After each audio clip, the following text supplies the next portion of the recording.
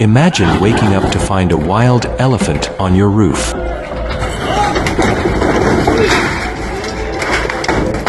That's exactly what happened in Goodlore, India, on Monday, May 6, 2025, when a tusker strayed from a nearby tiger reserve and stormed through a quiet neighborhood.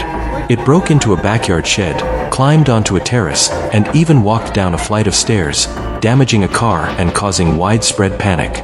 A 50-year-old man was injured while trying to flee, and a 15-year-old boy barely escaped its charge. This isn't a jungle safari.